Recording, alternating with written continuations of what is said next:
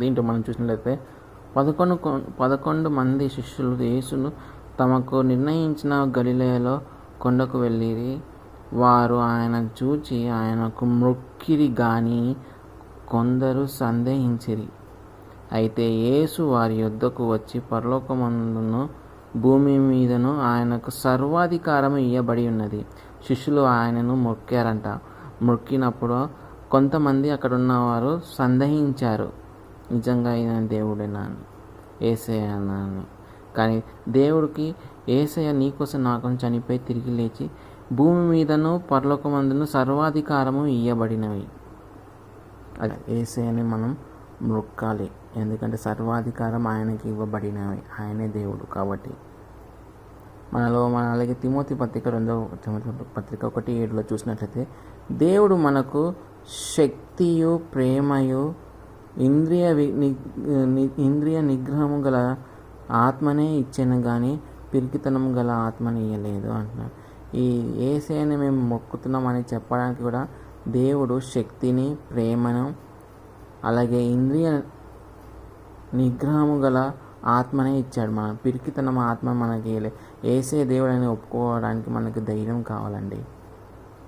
ధైర్యంతో పాటు ఆయన ప్రేమ కూడా కావాలి. మనం ఆయన ఇంద్రియ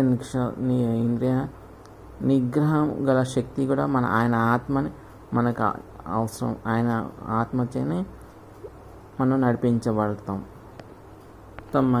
సమస్త మహిమ, ఘనత, ప్రభావం ఎన్నిటికి ఆయనకే కలుగును గాక, యేసయ్యకి. ఆమేన్. అలాగే మనం ఇక్కడ చూసినట్లయితే 1885లో 18 సంవత్సరాల వయసు గల ఒక యవనస్తుడు బోస్టన్లో ఉన్న ఓ చర్చికి వెళ్ళాడు. బోస్టన్లో ఉన్న ఓ చర్చికి వెళ్ళాడు. అతనికి సువార్త గురించి సరిగా తెలియదు. బైబిల్ గ్రంథమందు పరిజ్ఞానం అసలే లేదు. ఆ సంఘానికి చెందిన సండే స్కూల్ టీచర్ ఆ కుర్రాడిని పనిచేస్తున్న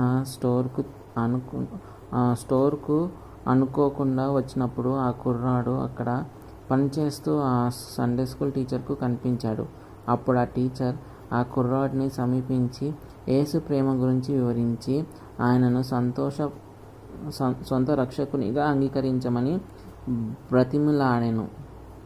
ఆ మాటలు విన్న ఆ కుర్రాడు యేసయ్యను సొంత రక్షకునిగా అంగీకరించాడు. కానీ ఒకరోజు ఆ సంఘ పెద్ద ఆ కుర్రాడిని చూచి, అయ్యా, దేవుడు మనల్ని అంతగా ప్రేమించడానికి, మన కోసం ప్రాణం పెట్టడానికి, మనలో ఉన్న